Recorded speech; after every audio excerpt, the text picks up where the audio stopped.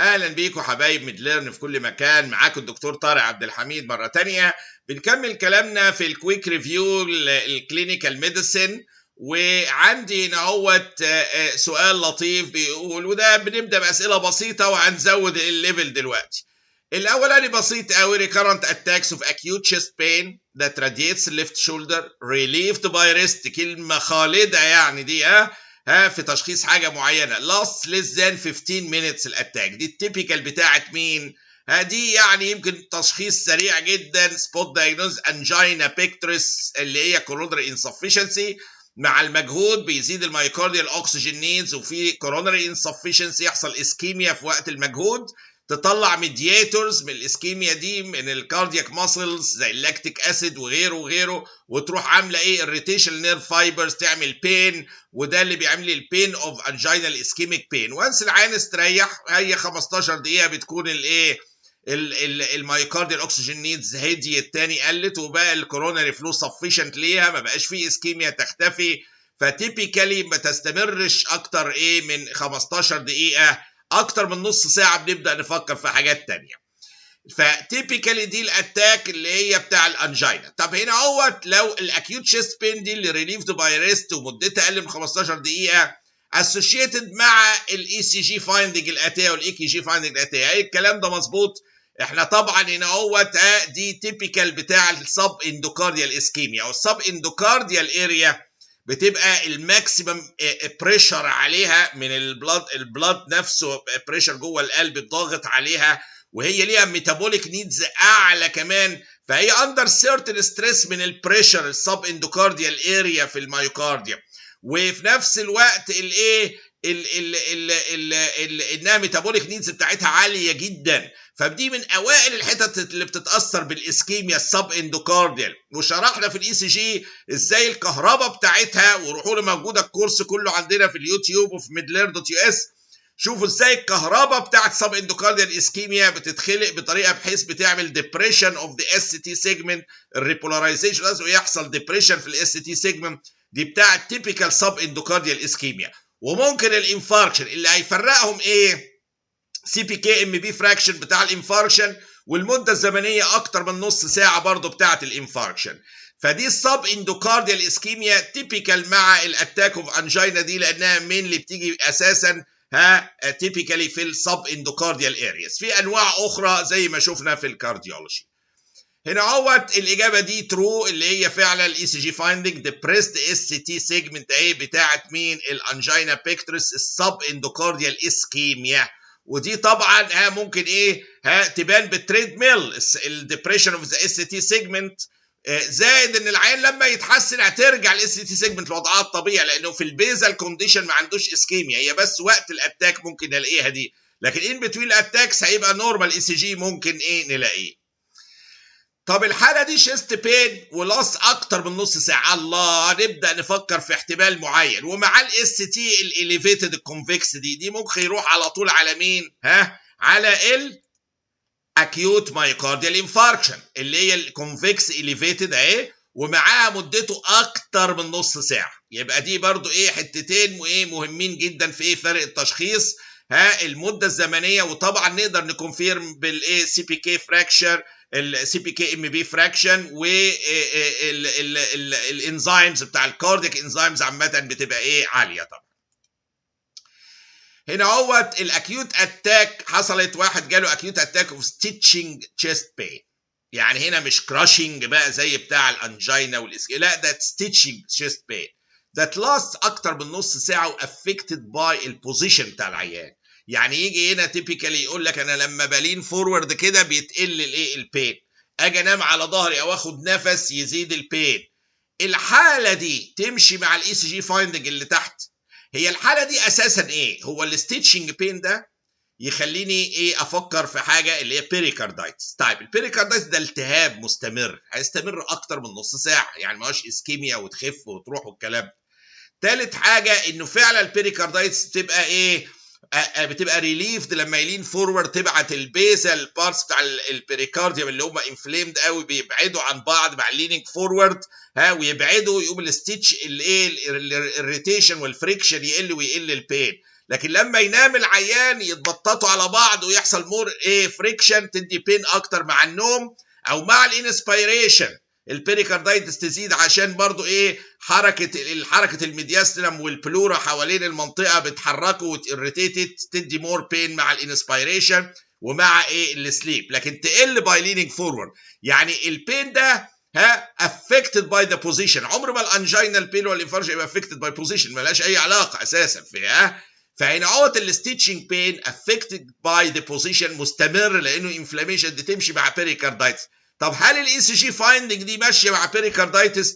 ابسوليوتلي. اولا نشوفوا كونكيف اب اس تي سيجمنت، يعني لو هنقارنها بالاس تي سيجمنت بتاع الانفارشن الثانيه كانت كونفكس، لو تفتكروها كانت كونفكس طالعه كده وارجعوا لها، لكن دي كونكيف.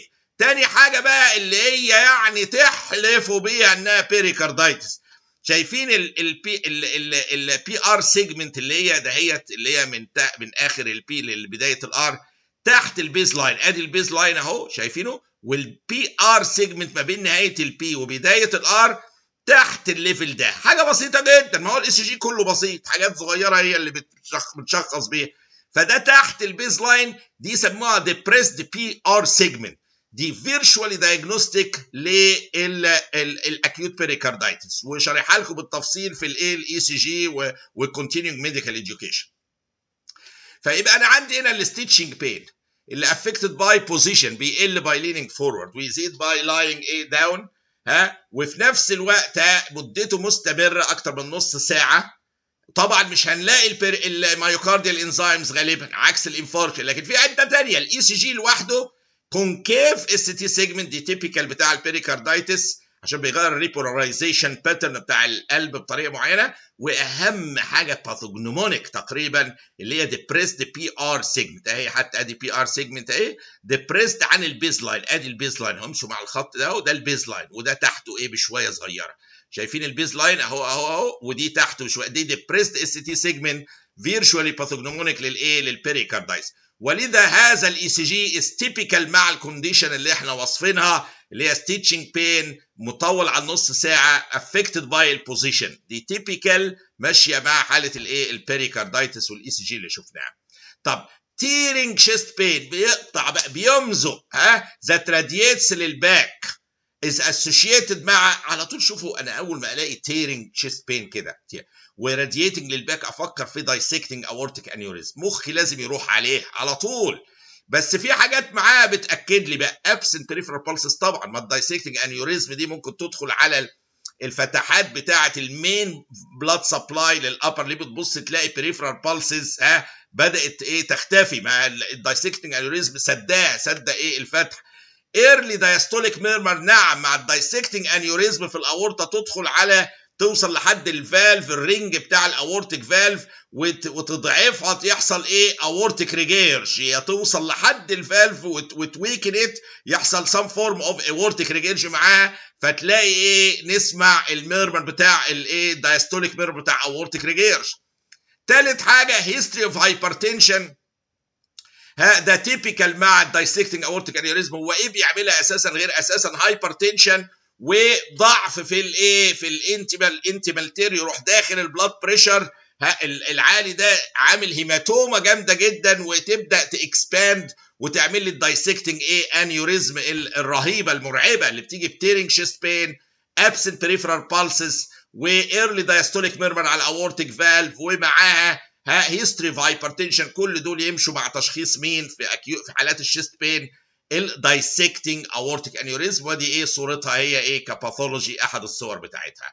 والاكس راي بتاعتها كاركترستيك قوي الحقيقه، ان بنلاقي وايدن ميدياسترم. شايفين الميدياسترم هنا وايد ازاي؟ يروحوا شوفوا اي اكس راي لهارت عاديه هتلاقي دي طبيعيه ورفيعه كده، لا اهو وايد جدا جدا جدا الدايمتر ده وايد اللي بدرجه عاليه جدا مع الاعراض دي، تيرنج شيست بين مع هيستوري اوف هايبرتنشن، ابسنت بالسز، رادييتنج للباك، كل دي تمشي مع دايسكتنج اورتيك انيوريزم. طيب لو واحد بيجي له episodic chest pain after food، particularly when the patient is supine وهو نايم، دي وبتبقى اجريفيتد بالالكول، يقول لك او لما اخد نون ستيرويدال انتي انفلاماتري مثلا او وجع مفاصل ولا لما ياخدها تزودها له. ده تيبيكال بتاع ايه حاجات الايه الجاستريك والاسوفيجاس، اسوفيجايتس واسوفيجيال سباسمز.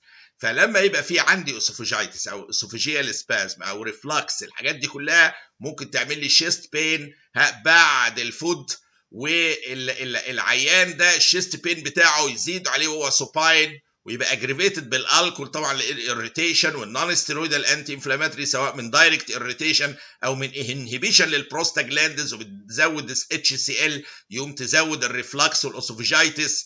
فوجود الشيست بين اللي بيزيد بعد الاكل والواحد سوباين ده وبيزيد بالادويه دي النون ستيرويدال والالكول، دي تيبيكال مع اسوفيجايتس. والحقيقه من الحاجات الانترستنج لما تفتحوا هيرست كارديولوجي كان ذاكر حاجه من اجمل الحاجات الجميله هذا الكتاب لما قراته، ان احيانا حالات الشيست بين العيانين الليزي جدا اللي ما بيتحركوش خالص عندهم انجينا واسكيميا، بيكون المجهود الوحيد اللي بيعمله انه يقعد ياكل درجه ده ساعتها بيزيد المايوكارد الاكسجينيز ويحصل لهم اسكيميا.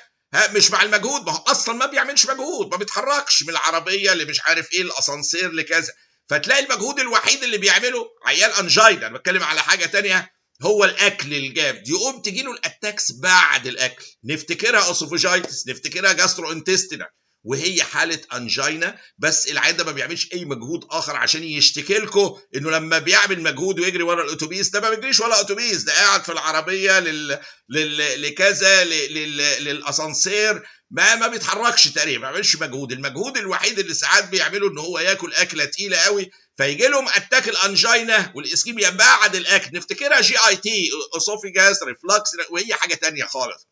فاللي انا عايز اقوله ده بيؤكد لنا اهميه في الميديسن الايه الانفستيجيشنز المختلفه والراديولوجي والكلينيكال هيستوري. يعني دي الحته، يعني مثلا هنا كلمه انه بيزيد بالنون ستيرويد دي تمشي مع الاسوفيجاس والجاسترو انتستين، مش هتمشي مع الانجينا. فالحته دي مهمه قوي ان احنا ناخد بالنا ايه منها. فانواع الشيست بين شفناها متنوعه وشفنا حاجات، بس طبعا الاساس هنا هو الشيست بين اللي بيزيد باي فود اساسا جاسترو انتستينال بروبلم، but does not exclude الاسكيميك بين اللي ممكن زي ما قلنا يكون عين ما بيعملش اي مجهود غير الاكل، ودي حاجه بتحصل يعني. فناس ما بتتحركش خالص او ما عملش اي مجهود غير وقت الاكل، فده with the only this is the only exception. otherwise chest pain بعد الاكل بيزيد مع النوم ويزيد بالالكول والنون ستيرويدال، ده تيبيكال بتاع طبعا مين؟ اسوفيجايتس واسوفيجيال ريفلكس ومجموعه الجي اي تي causes for a chest pain. والى اللقاء مع فيديو جديد باذن الله. شكرا جزيلا.